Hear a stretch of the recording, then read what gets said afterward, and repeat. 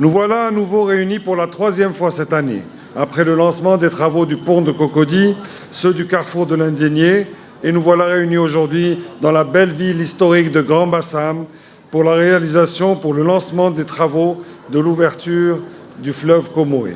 Représente pour vous cette cérémonie? Cette cérémonie représente beaucoup de choses.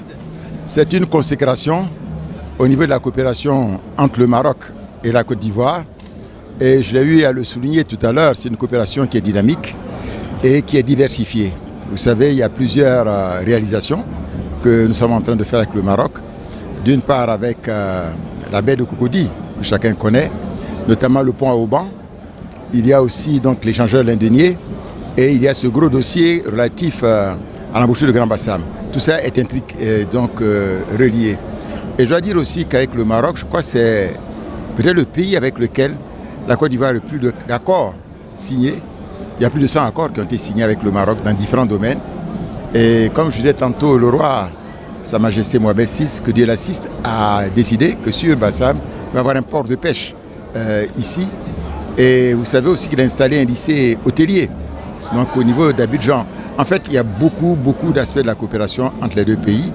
Et je pense que c'est un exemple de coopération sud-sud. Cette cérémonie est d'importance capitale parce que c'est une initiative née de la volonté de Sa Majesté le roi Mohamed VI du Maroc et de son Excellence Alassane Ouattara qui, face aux aléas des changements climatiques et aux inondations, ont décidé d'apporter des solutions. En commençant par la valorisation de la baie de Cocody et puis l'ouverture de l'embouchure sur le fleuve Comoé à Grand Bassam. C'est une meilleure illustration de la coopération sud-sud. Évidemment, c'est une meilleure illustration de la coopération sud-sud de façon générale, mais aussi, surtout, de la coopération et de l'entente entre Sa Majesté le Roi et son Excellence, Monsieur le Président de la République de Côte d'Ivoire. المشروع يتم في إطار ما يسمى بمشروع تأهيل وتصميم بحيرة كوكودي ممول من طرف ممولين العرب كالبنك الإسلامي للتنمية والمصرف العالمي للتنمية الاقتصادية في أفريقيا وصندوق الأوفيد بجانب الصندوق الكويتي للتنمية. المبلغ ديالو الإجمالي؟ المبلغ الإجمالي 700 مليون دولار. بالنسبة لهذا؟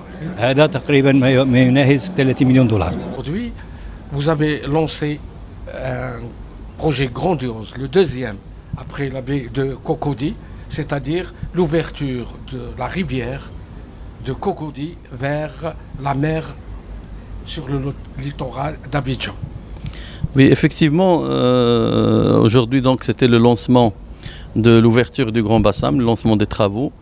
Vous savez, ce lancement ou cette embouchure vient après bien entendu 5 ans que nous travaillons ici suite aux instructions de Sa Majesté le Roi, que Dieu l'assiste.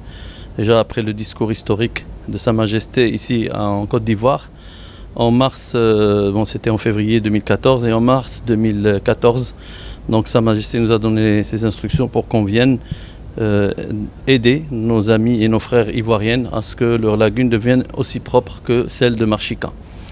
Donc l'embouchure, comme l'embouchure de Marchika, la nouvelle embouchure qu'on avait suite aussi à l'initiative royale qui a été ouverte à Marchika, donc a donné un résultat très rapidement, le renouvellement des eaux, etc. Nous profitons bien entendu de cette ouverture comme on l'a présenté au gouvernement ivoirien et monsieur le vice-président et monsieur le premier ministre qui ont assisté au lancement de cette embouchure tellement importante pour la lagune des Briers et ici derrière, donc pour que son eau soit propre et pour que la jacinthe que vous voyez là qui flotte sur l'eau, en fait la jacinthe ce sont les plantes qui flottent et qui viennent justement de ce fleuve Comoé, que l'embouchure deviendra l'embouchure du fleuve parce que le fleuve il est fermé au niveau de son embouchure et toutes les vous voyez, la jacinthe et tout la vase et tout vient directement sur la lagune. Ceci dit, cette ouverture va servir aussi d'abord pour le renouvellement des eaux, mais aussi pour les pêcheurs. Et il y aura la possibilité pour les pêcheurs de rentrer vers la lagune par cette embouchure. Ce qui va donner au Grand Bassam un port de pêche, et aussi on en profite pour en faire un port de plaisance, étant donné que Grand Bassam est une ville historique, c'est la première capitale de Côte d'Ivoire. Il y a des bâtisses qui ont plus de 2 siècles. Baisse ça.